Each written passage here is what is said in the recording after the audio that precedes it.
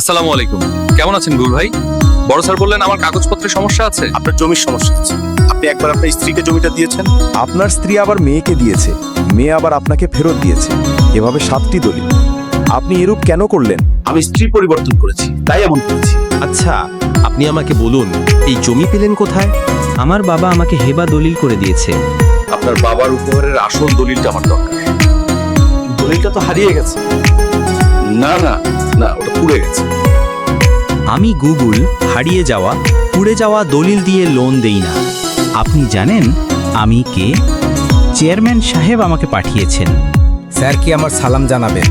আসলে ব্যাংকের স্বার্থবাদে অন্যের স্বার্থ আমার কাছে তুচ্ছ। স্যারকে বলবেন আমার নাম গুগল। গুগল সাহেব লোন আটকে দিয়েছেন। আমি কি করব স্যার? ইতিমধ্যে অনেকগুলো টাকাও খরচ করে ফেলেছি। ওকে, তুমি আমাদের কাকরাইল শাখায় যাও, আমি ম্যানেজারকে বলে দিচ্ছি। ম্যানেজার কাকরাইল? জি স্যার। আমি একটা লোক তোমার নিকট পাঠালাম। জি স্যার। আসসালামু আলাইকুম স্যার, আমি কাকরাইল শাখর ম্যানেজার বলছি। বলো কি হয়েছে? স্যার, জামালপুরের যে লোনটির জন্য আপনি সুপারিশ করেছিলেন, আমি তাকে লোন দিয়েছি। গুড গুড, আসলে লোকটি ভালো। স্যার, লোন দেওয়ার পর দেখি তার পূর্বের মালিকানা দলিল দিয়ে অন্য ব্যাংক থেকে আমাদের আগেই লোন নিয়েছে। আমি কি করব স্যার? তুমি একটা পাকিস্তানি গাধা, মর গিয়ে। আর আমি যে সুপারিশ করেছি এটা কাউকে বলো না, সাবধান।